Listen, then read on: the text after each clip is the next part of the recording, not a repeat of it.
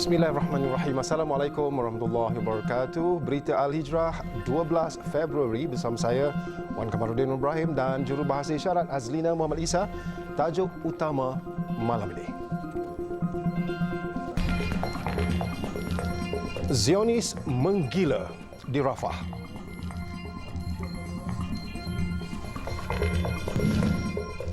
Juga Hadil dan Imad ditembak penyerang hendap Zionis.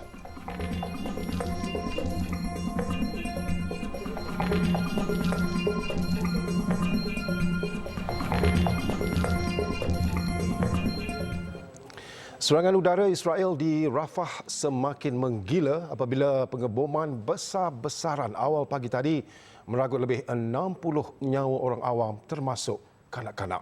Dan tidak cukup dengan jet pejuang Zionis yang melancarkan kira-kira 40 serangan, kawasan paling selatan itu turut dibedil dengan tembakan artileri serta serangan dari tentera laut Israel.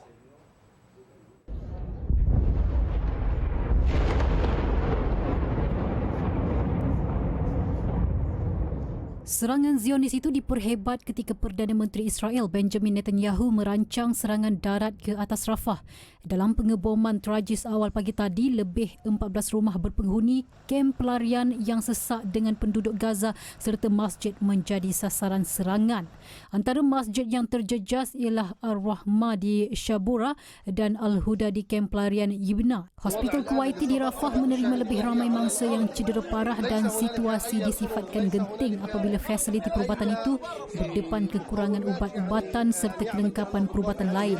Rafah sebelum ini sudah bermandi darah apabila serangan demi serangan dilancarkan, malah ada sahaja orang awam yang menjadi korban. Namun serangan awal pagi tadi disifatkan lebih besar, malah jumlah korban juga lebih tinggi. Rafah ketika ini dihuni 1.4 juta rakyat Palestin yang melarikan diri dari utara Gaza kerana merasakan kawasan yang bersempadan dengan Mesir itu selamat. Netanyahu sebelum ini telah mengarahkan tenteranya agar bersedia dengan operasi darat di Rafah walaupun tindakan itu mendapat amaran keras daripada badan dunia serta pemimpin luar termasuk sekutu kuatnya Amerika Syarikat. Netanyahu juga kononnya berjanji untuk menyediakan laluan selamat ketika operasi darat, namun kata-kata itu juga tidak boleh dipercayai. Dan ketika serangan mengganas di Rafah, Israel mendakwa berjaya menyelamatkan 2 tebusan. Kononnya, dalam operasi terancang yang digerakkan Angkatan Pertahanan Israel IDF bersama agensi keselamatannya Shin Bet. Dan sebelum ini Netanyahu menolak tawaran Hamas berhubung pembebasan tebusan dan memilih untuk terus berperang sebagai salah satu cara untuk membebaskan tahanan Israel. Menteri Pertahanan Yoav Gallant berkata kedua-dua tebusan itu didakwa ditemui di tingkat 2 sebuah bangunan di kejiranan Shabura, tengah Rafah. Tebusan yang dikenali sebagai Fernando Simon Marman, 60 tahun, Louis Har, 70 tahun itu dilapor berada dalam keadaan baik dan dihantar ke pusat perubatan Sheba. Namun, tiada sebarang visual kedua-dua tebusan itu didedahkan. Ketika ini, 134 tebusan Israel masih berada dalam tahanan Hamas dan Israel kononnya berjanji untuk menyelamatkan kesemua mereka dengan cara tersendiri. Netanyahu sebelum ini menerima tekanan daripada keluarga tebusan menerusi siri protes, malah mereka mendesak Netanyahu meletak jawatan. Bagaimanapun, Netanyahu memilih untuk berperang daripada menerima tawaran Hamas bagi pembebasan tebusan beserta gencatan senjata. Semalam, Hamas memberi amaran kepada Israel bahawa serangan darat di Rafah yang penuh sesak dengan penduduk Gaza akan menutup rundingan pembebasan tebusan. Hamas melihat kedegilan Netanyahu akan memburukkan lagi keadaan. Walaupun Joe Biden tidak bersetuju dengan kemarahan itu yang dilihat tiada jaminan keselamatan orang awam, namun pemimpin jahat itu sememangnya tidak akan mendengar kata sesiapa pun walaupun sekutu kuatnya. Ketika ini kira-kira 1.4 juta rakyat Palestin bersesak di Rafah dan kebanyakannya tinggal dalam kemah. Selain ancaman nyawa, mereka juga berdepan kekurangan bekalan makanan, air dan ubatan. Walaupun Netanyahu kononnya berkata akan menyediakan laluan selamat kepada orang awam, namun seperti biasa ianya adalah satu penipuan. Dan serangan tidak berperi kemanusiaan ke atas Rafah jelas menggambarkan keangkuhan Zionis yang membelakangkan prinsip undang-undang kemanusiaan antarabangsa.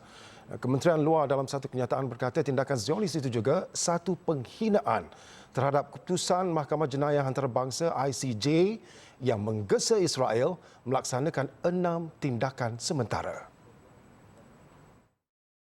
Malaysia juga menyokong seruan Setiausaha Agung Pertubuhan Bangsa-Bangsa Bersatu PBB dan mendesak Majlis Keselamatan PBB agar mengambil tindakan berani menghalang malapetaka baharu oleh rejim Zionis.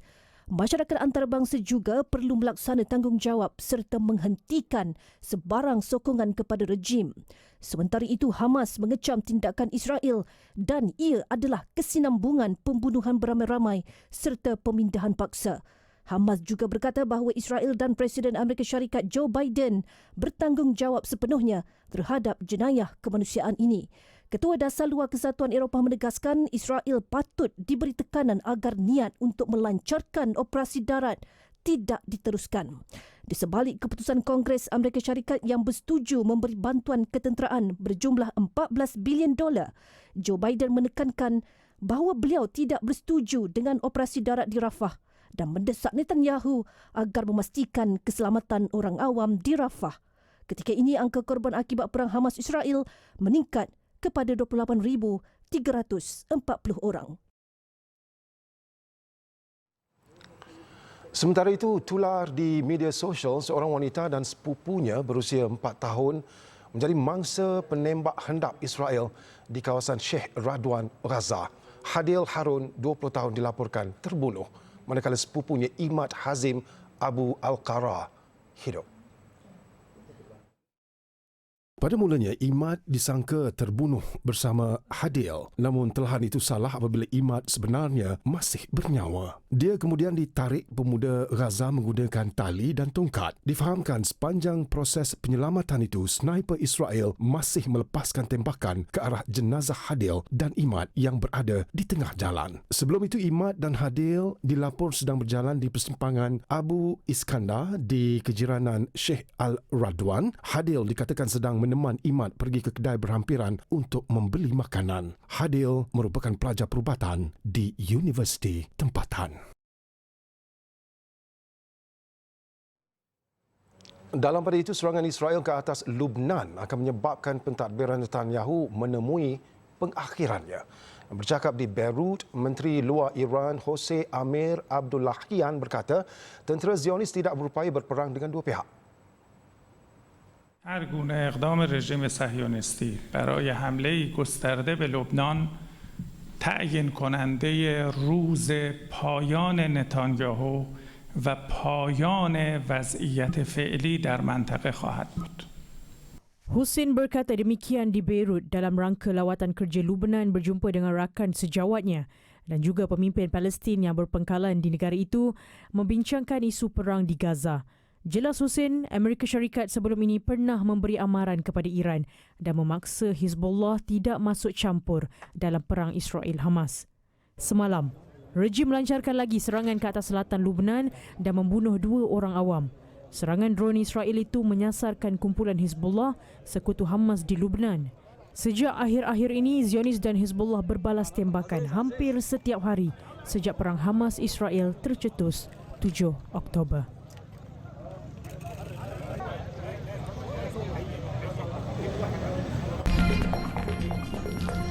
Kes Nick Allen masih ramai yang tidak faham. Kefahaman Islam Malaysia, IKIM bakal mengadakan persidangan meja bulat atau muzakarah pakar dalam usaha untuk menyampaikan fakta yang tepat berhubung keputusan Mahkamah Persekutuan dalam kes Nick Allen Zurina Nick Abdul Rashid kepada orang awam. Ketua pengarahnya, Dato' Dr. Muhammad Azam Muhammad Adil berkata penerangan serta pemahaman mengenai pembatalan 16 peruntukan tersebut perlu diberikan selari dengan kenyataan yang dikeluarkan oleh Ketua Hakim Negara Tun Tengku Maimun Tuan Mat.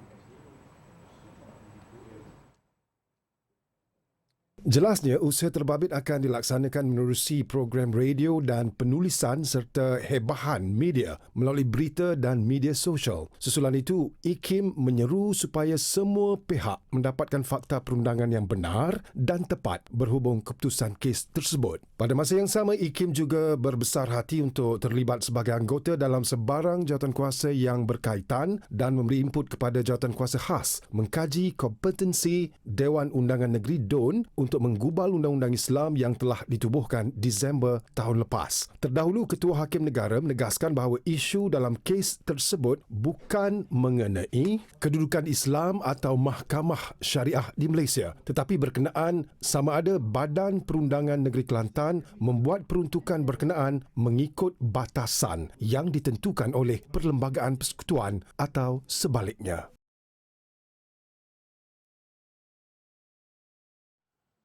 Baik, sementara itu, ramai pihak yang tidak bertanggungjawab dilihat cuba menunggang putusan kes ini. Nick Allen itu demi meraih populariti dan secara langsung mungkin menyampaikan fakta yang mengelirukan. Dan bagi mendapat penjelasan lebih lanjut mengenai kes berkenaan di talian Skype ketika ini adalah Peguam Bela dan Peguam Cara Tuan Hisham Fauzi and Associates. Tuan Hisham Fauzi, Assalamualaikum Tuan. Waalaikumsalam. Pandangan Tuan setakat ini, sejauh mana sebenarnya penerimaan orang awam, terutama umat Islam terhadap kes itu? Ya, kalau dilihat kepada keputusan yang telah dibuat itu, timbul berbagai tanggapan yang mana seharusnya masyarakat lebih perlu melihat perkara berkenaan dari sudut kacamata yang betul dan perlu mendapat maklumat yang sebenar. Justru tindakan yang dibuat oleh pihak IKIM untuk mengadakan satu sidang meja bulat itu adalah satu tindakan yang sangat dialu-alukan supaya kita mendapat input yang terbaik daripada pakar-pakar dan kita boleh menggunakan semua input-input yang didapati daripada pakar-pakar itu untuk kita menggerakkan dan kita memberi penjelasan kepada masyarakat umum secara khususnya supaya semua masyarakat memahami apakah yang sebenarnya berlaku di dalam kes ini, apakah implikasinya dan apakah tindakan-tindakan yang akan diambil dan sedang diambil dalam menangani isu yang timbul berkaitan dengan kes ini. Ya. Dan kalau kita lihat di media sosial, Tuan, ya, banyak individu menyebarkan fakta yang bercanggah dengan keputusan tersebut dan seolah-olah memberi bayangan bahawa Mahkamah Syariah sudah hilang kuasa. Komen situ dulu. Ya, ini adalah satu tanggapan yang berbahaya kerana kita perlu sedar bahawa kedudukan Mahkamah Syariah ini adalah dijamin di bawah Perlembagaan Persekutuan melalui perkara 1211A. Dan Perlembagaan Persekutuan meletakkan tempat yang khusus bagi Mahkamah Syariah ini dan kalau dilihat kepada kes yang diputuskan di Mahkamah Persekutuan itu hanya menyentuh sebahagian kecil sahaja kerana kalau kita lihat enactment Kanun Jenayah Syariah 1 Negeri Kelantan itu pun mempunyai 68 seksyen. Jadi 16 sahaja yang diisytiharkan sebagai bertindak dan tidak boleh dikeluar kuasa. Bakinya masih lagi boleh berjalan seperti biasa. Dan di sana juga di negeri Kelantan masih ada enactment Kanun Jenayah Syariah 2 yang ini masih dalam keadaan yang boleh dikeluar kuasakan sepenuhnya. Jadi kalau timbul tanggapan yang mengatakan Mahkamah Syariah sekarang sudah hilang taring, sudah hilang kepentingan, sudah jatuh kedudukannya, itu semua adalah tanggapan yang salah, yang tidak betul dan saya suka untuk menarik perhatian masyarakat semua kepada jaminan dan kenyataan yang dikeluarkan oleh Yang Berhormat Menteri di Jabatan Perdana Menteri Haiwan Agama Datuk Dr. Naim yang telah segera mengeluarkan kenyataan dan memberi jaminan bahawa beliau dan juga kementerian beliau tidak akan tinggal diam, akan terus berusaha, akan terus mengambil tindakan untuk menyelesaikan kekeliruan, kemelut dan apa-apa yang tidak yang perlu dibuatlah untuk kita sama-sama memastikan bahawa selepas daripada ini Mahkamah Syariah boleh berjalan dengan baik. Sekiranya laporan dibuat kepada golongan yang menyebarkan fakta yang kurang tepat, Tuan, adakah mereka boleh dikenakan tindakan undang-undang? Ya, itulah yang sepatutnya menjadi ingatan di minda pemikiran masyarakat, kerana sepatutnya mereka lebih berhati-hati. Pertama, berhati-hati menerima maklumat. Yang kedua, kita hendaklah mengamalkan apa yang Islam sebut sebagai tabayun. Kita kena siasat, kita kena tanya khabar, kita kena mendapatkan maklumat yang sebenar, dan jangan kita terlalu cepat melatah memberikan respon yang bukan-bukan dan menyebarkan perkara-perkara yang negatif yang bukan membantu untuk menjernihkan keadaan, tapi akan lebih mengeruhkan keadaan. Jadi insya-Allah dengan tindakan segera yang dibuat oleh Menteri di Jabatan Perdana Menteri Ehwal Agama, kemudian keprihatinan Tuanku Sultan beserta Majlis Raja-Raja yang telah segera menubuhkan jawatankuasa khas bagi mengkaji kompetensi DUN dalam dalam undang-undang untuk menggubal undang-undang Islam ini. Jadi saya rasa kita akan bergerak segera, kita akan segera melakukan perubahan-perubahan perlu, dan saya melihat ini adalah satu perkara yang sangat positif. Dan insya-Allah jika ada terdapat kelompangan, kekurangan di Mahkamah Syariah, akan boleh dibaiki dan diselesaikan dengan melalui sidang meja bulat yang dianjurkan oleh IKIM dan juga melalui jawatankuasa khas yang ditubuhkan dengan kuasa daripada Majlis Kebangsaan bagi Agama Islam MKI yang berada di bawah Majlis Raja-Raja Melayu. Dan situasi yang berlaku di Mahkamah Syariah Kelantan, adakah dia berpotensi berlaku di negeri-negeri lain juga? Ya, kalau undang-undang itu betul-betul sama, maka boleh jadi dia akan terpakai jugalah. Walau bagaimanapun, inilah yang pentingnya tindakan segera yang telah dibuat oleh Majlis Raja-Raja melalui MKI, Majlis Kebangsaan Agama Islam, yang telah merubuhkan jawatankuasa khas yang meneliti dan memperhalusi situasi yang ada pada hari ini dan melihat keseluruhan. Saya difahamkan jawatankuasa khas ini telah pun bermusyawarah dan mereka itu telah melakukan beberapa kerja awal dalam untuk memastikan bahawa sebarang kekurangan, sebarang masalah yang mungkin timbul akibat daripada kompetensi DUN dalam menggubal undang-undang Islam ini akan dikaji dan akan diselesaikan. Dan kalau kita lihat, ahli jawatankuasa khas ini bukannya orang calon-calon orang, diketuai oleh bekas Ketua Hakim Negara Tun Zaki Azmi, dan di dalamnya terdapat bekas Hakim Mahkamah Persekutuan, kemudian terdapat wakil daripada Jabatan Peguam Negara, terdapat daripada peguam-peguam yang senior yang mempunyai pengalaman yang luas. Dan saya mengharap masyarakat di luar sana, kita berilah kepercayaan sepenuhnya kepada jawatankuasa khas yang ditubuhkan ini, dan kita harapkan dengan keputusan dan pendirian pandangan yang dikeluarkan oleh jawatankuasa khas ini, insya-Allah akan dapat memandu kita keluar daripada sebarang masalah yang berkaitan dengan Mahkamah Syariah. Ya, insya-Allah. Kita doakan. Baik, terima kasih banyak, Tuan. Tadi Tuan Hisham Fauzi, Peguam Bela dan Peguam Careta Tuan Hisham Fauzi and Associates. Jadi kita berehat seketika dan selepas ini situasi terkini trafik arah Kuala Lumpur. Flat Sri Sabah diceras, polis mengerah 2 anjing pengesan K9, Jim dan Woody ke lokasi kejadian bagi membantu siasatan. Dan malam semalam 5 unit rumah di Blok 70 Flat Sri Sabah musnah akibat dijilat api. Selain K9, mereka turut menggunakan 3 unit drone untuk membantu siasatan dan membuat tinjauan dari udara. Kebakaran itu dikatakan berlaku di tingkat paling atas blok berkenaan. JBPM Kuala Lumpur berkata, kerja-kerja memadam kebakaran memakan masa selama 5 jam yang berakhir kira-kira jam 2 pagi. Menurut Bomba, kegagalan sistem pemadaman di tingkat 17 itu menyebabkan kesukaran pihaknya memadamkan kebakaran dengan lebih awal. manakala kerja pembersihan sisa kebakaran selesai sekitar jam 8 pagi tadi. Sementara itu, mangsa kebakaran flat berkenaan telah ditempatkan di Sekolah Kebangsaan Sri Ceras. Mereka dipindahkan bermula sekitar jam 12.30 malam hingga 3 pagi tadi. Pemindahan itu selepas perbincangan dilakukan pihak Persatuan Penduduk bersama Pengarah Jabatan Kebajikan Masyarakat DBKL serta Guru Besar SK Sri Ceras. Siasatan lanjut sedang dijalankan bagi mengenal pasti punca kejadian.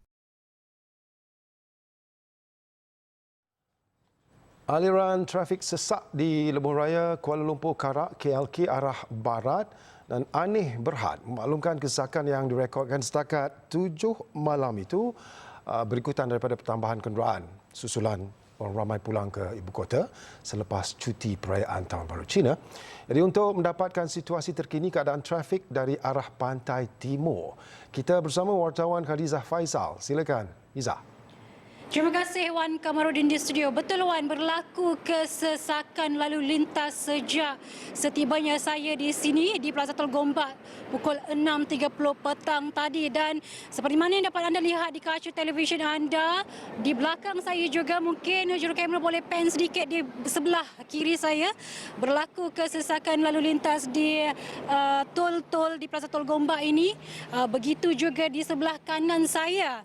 Dan berdasarkan maklumat daripada pihak Aneh, pada pukul 7 malam, setakat 7 malam tadi berlaku peningkatan kenderaan sebanyak 134,000 untuk arah KLK, manakala LPT1 meningkat sehingga hampir 55 buah kenderaan berikutan daripada orang ramai sudah pun mula pulang ke ibu negara selepas mengambil kesempatan pulang ke kampung bersempena dengan cuti Tahun Baru Cina. Dan untuk KLK dan juga LPT1 ini arah barat, secara totalnya 78,000 buah kenderaan meningkat untuk hari ini saja setakat pukul 7 malam tadi. Dan Wan, untuk buat masa ini cuaca masih lagi dalam keadaan yang baik, dan untuk makluman pihak Aneh ada memaklumkan berlaku kemalangan di kilometer 26.8 arah Gombak. Dan untuk makluman pihak Aneh juga ada menambah tol-tol, lorong tol dan juga rela untuk mengurangkan kesesakan lalu lintas. Dan sedikit info tambahan kepada anda, berlaku kesesakan lalu lintas setakat pukul 7 malam tadi untuk di Karak Bentung sejauh 14.2 km, di Bentung ke Lentang 11.1 km, Bukit Tinggi ke Genting Sempah 4.5 km, manakala Gombak sejauh 16.1 km berikutan daripada pertambahan kenderaan. Manakala untuk di LPT1 hala barat meningkat trafik perlahan sejauh 800 meter sahaja, manakala di LPT1 untuk hala timur trafik perlahan dilencang ke Temerloh sejauh 2.7 km berikutan daripada laluan kontra yang diaktifkan susulan daripada pertambahan kenderaan. Dan pihak Aneh juga Wan ada memberi peringatan kepada seluruh pengguna jalan raya dari arah negeri-negeri Pantai Timur menghala ke ibu negara untuk memastikan touch and go sentiasa ditambah nilai, dan sekiranya penat berhenti sekejap, mendapatkan rehat yang cukup bagi memastikan keselamatan diri sendiri dan juga orang-orang yang tersayang berada dalam keadaan yang selamat. Dan saya rasa Wan, sampai itu saja yang dapat saya kongsikan situasi di Plaza Tol Gombak sempena daripada orang yang mula pulang ke ibu negara sempena Tahun Baru Cina. Kita kembali kepada Wan di studio. Baik, terima kasih Izzah. Khadijah Faizal live dari Plaza Tol Gombak. Dan pada yang memandu, hati-hati selalu di jalan raya. Baik, laporan itu tadi menutup berita Al-Hijrah untuk malam ini. Saya Wan Kamarudin Ibrahim dan jurubahasa isyarat Azlina Muhammad Isa. Satukan rumah dengan ilmu bagi memperkasa Malaysia mendatang. Assalamualaikum warahmatullahi wabarakatuh. Jaga diri. Selamat malam.